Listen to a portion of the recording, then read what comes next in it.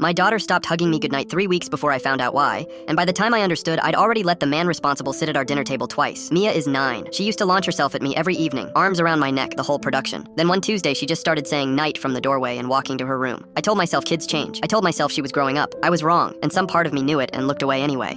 It was her teacher who called first. Said Mia had drawn something in class that concerned her. A house, a man's shape standing outside a window, and the word don't written 3 times in the corner. I laughed it off on the phone. Kids draw strange things. But that night I sat on the edge of her bed and asked her gently if anything was bothering her. She looked at the door before she answered. That's the detail I can't forget. She checked the door first. Uncle Ray says I can't tell you things, she whispered. He says you'll be mad at me.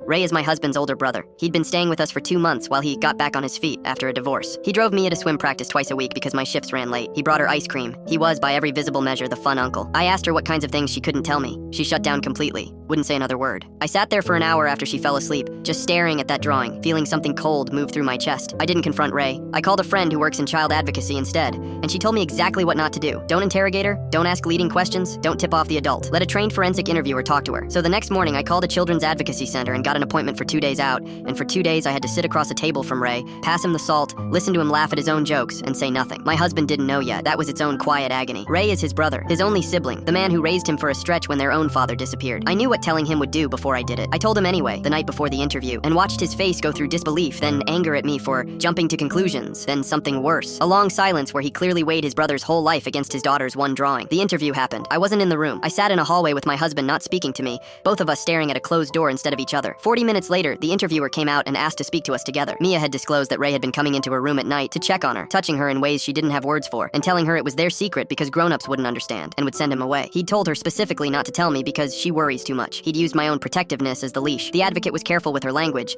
but there was no soft version of what she was describing. My husband didn't speak for a full minute. Then he asked, in a voice I'd never heard from him, whether Mia could have misunderstood something innocent. The advocate said gently that the specificity and consistency of a child's disclosure, especially one made under duress like this, is exactly what investigators are trained to weigh. It wasn't ambiguous. We called the police that afternoon. Ray was arrested 2 days later. My husband sat in the driveway afterward for an hour before he came inside, and when he did, he wouldn't look at me. Not out of anger, I think, but because looking at me meant admitting what his brother was, and admitting that meant losing the last version of his family he had left. The case is still moving through the courts. Ray's lawyer is arguing a 9-year-old's memory isn't reliable. My husband visits his brother in the county jail on Sundays, and doesn't tell me what they talk about. Mia hugs me again now every night, like she's making up for lost time. I don't know if my marriage survives this. I know my daughter did. Some nights I'm not sure those two facts can both be true, and I have to live with that anyway.